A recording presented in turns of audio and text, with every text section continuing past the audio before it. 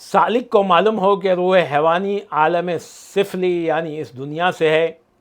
قالب انسانی کو حرکت دینے کے لیے اللہ تعالیٰ نے روح حیوانی کو 4 چیزوں کے بخارات سے بنایا ہے۔ یہ 4 چیزیں ہیں: خون، بلغم، صفرا اور سودا، یعنی بلڈ، خون، بلڈ، بلغم یعنی میوکس، اور صفرا یعنی بائل، اور سودا یعنی کولیسٹرول۔ اور ان 4 چیزوں کی 4 اصلیں ہیں: آگ، پانی، خاک اور ہوا۔ انگلش میں انہیں کہتے ہیں دا 4 ایلیمنٹس آف میٹر، جیسے فائر، ایئر، واٹر اور ارتھ۔ اور ہندی میں انہیں جیون کے 4 تتو کہا جاتا ہے: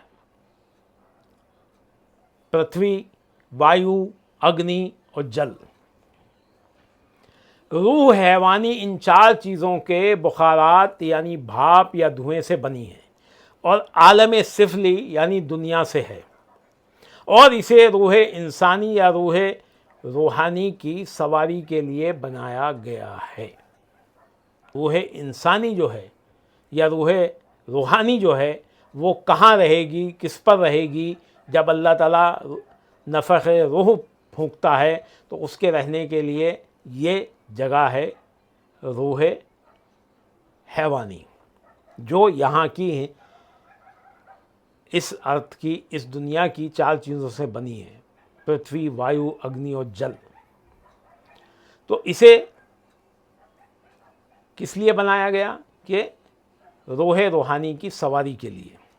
تو روح انسانی یا روح روحانی عالم علوی اور فرشتوں کی اصل سے ہے، اور اس کا عالم دنیا میں، اس عالم میں آنا ایک مسافر کی طرح ہے۔ اس کی ذاتی خواہش کی وجہ سے نہیں ہے کہ اس نے خود خواہش کی ہو، وہ آ گئی ہو، نہیں، بلکہ اللہ کے حکم سے ہے۔ اللہ نے حکم دیا کہ جاؤ، اس لیے اسے امر ربی کہا گیا ہے، اور یہاں اس لیے بھیجا گیا ہے کہ آخرت کے لیے توشہ سامان تیار کرے جو آخرت میں اس کے کام آئے گا۔ تو دوستو، روح کیسے کام کرتی ہے اب اسے سمجھیں۔ تو سمجھیے دوستو کہ دل جب نفس کی پیروی کرتا ہے اور نفس کی خواہشات پوری کرنے لگتا ہے اور نفس کے تابع ہو جاتا ہے تو روح حیوانی اس سے فوراً اثر قبول کرتی ہے اور دل کے احکامات ماننے لگتی ہے۔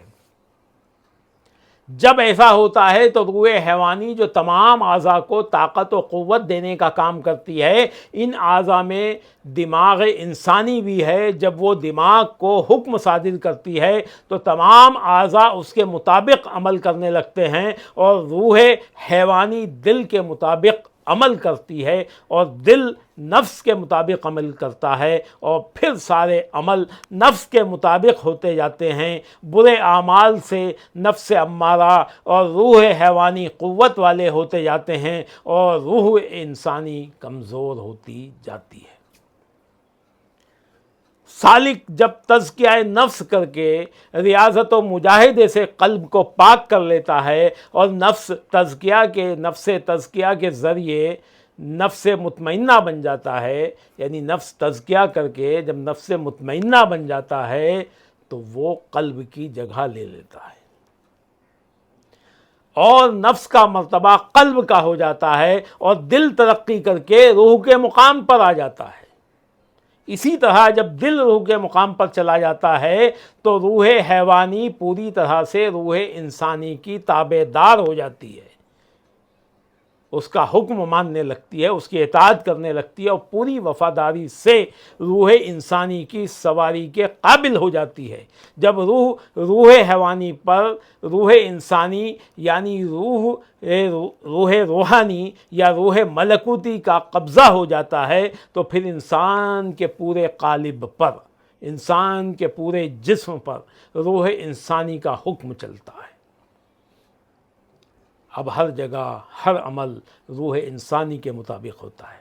جیسے دماغ بری چیزیں نہیں سوچتا، آنکھیں گناہ کے مناظر دیکھنے سے کتراتی ہیں، کان گندی گندی باتیں سننے سے بچنے کی کوشش کرتے ہیں اور دور بھاگتے ہیں، ہاتھ پیر کان گناہ کے کاموں سے دور بھاگتے ہیں، بچنے کی کوشش کرتے ہیں۔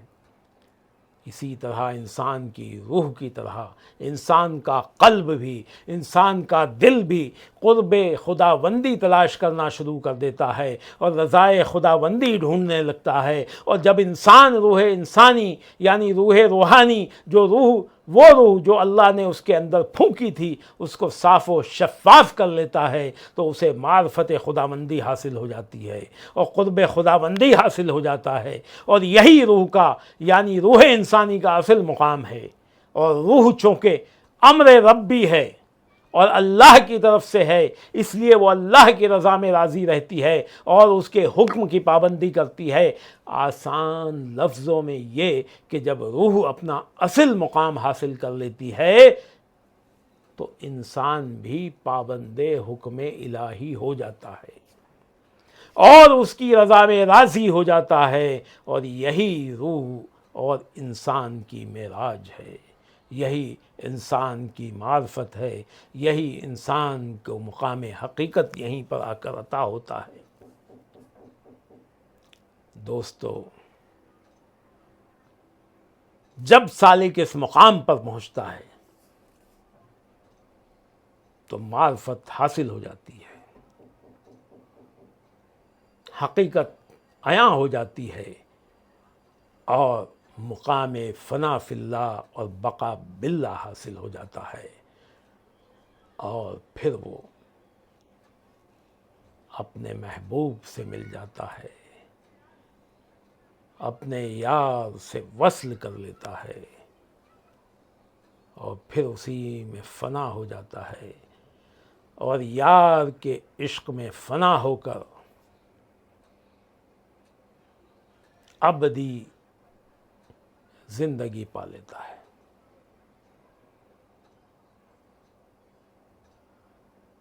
پھر وہ نہیں ہوتا، پھر وہ یاد ہوتا ہے۔ اسی لیے تمام دنیا میں آپ دیکھیے، جہاں جہاں اولیاء کرام ہیں، جہاں جہاں اللہ والے ہیں جو فنا ہو چکے ہیں اس کے عشق میں، جنہوں نے وہ مقامات پا لیے ہیں، ان سب کے دربار،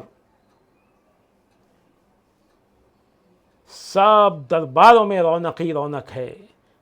صحیح معنوں میں دیکھا جائے تو ان کے درباروں میں معلوم پڑتا ہے کہ زندگی یہاں ہے، یہاں زندگی اپنا جلوہ دکھا رہی ہے، یہاں حیات اپنی تمام آب و تاب کے ساتھ روشن ہے۔ ان کے درباروں میں جا کے معلوم پڑتا ہے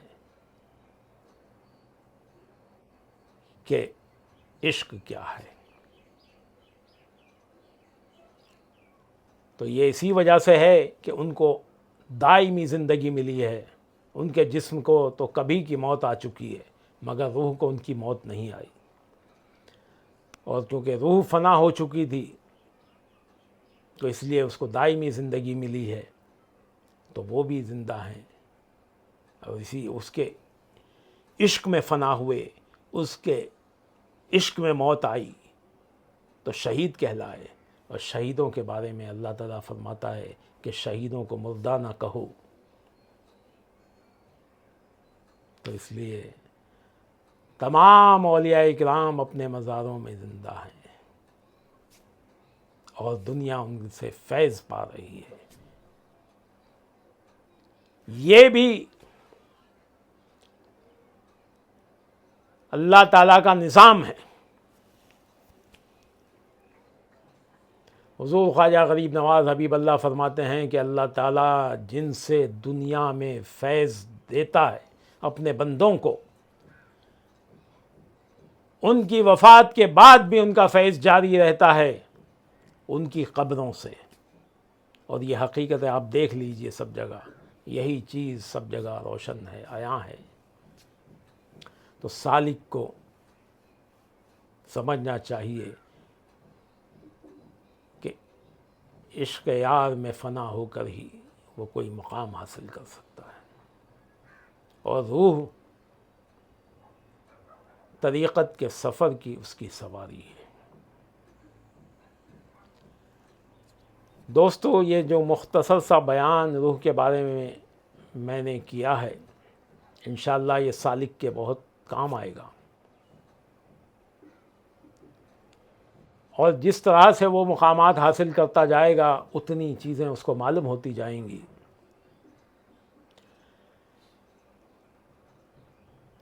اور روح جو ہے وہ اللہ تعالیٰ کے رازوں میں سے ایک راز ہے، تو اس میں سے جتنا بتانے کی اجازت تھی میں نے کوشش کی کہ وہ اتنی بات آپ تک پہنچا سکوں۔ باقی خود بخود جب سالک اس مقامات طے کرتا جاتا ہے تو اس کو مقامات، اس کو اور حقیقتیں ملتی جاتی ہیں، لیکن اسے جتنی اجازت ہوگی اتنا ہی بتائے گا۔ تو انشاءاللہ جب خود ان مقامات کو حاصل کرے گا تو سب جان جائے گا۔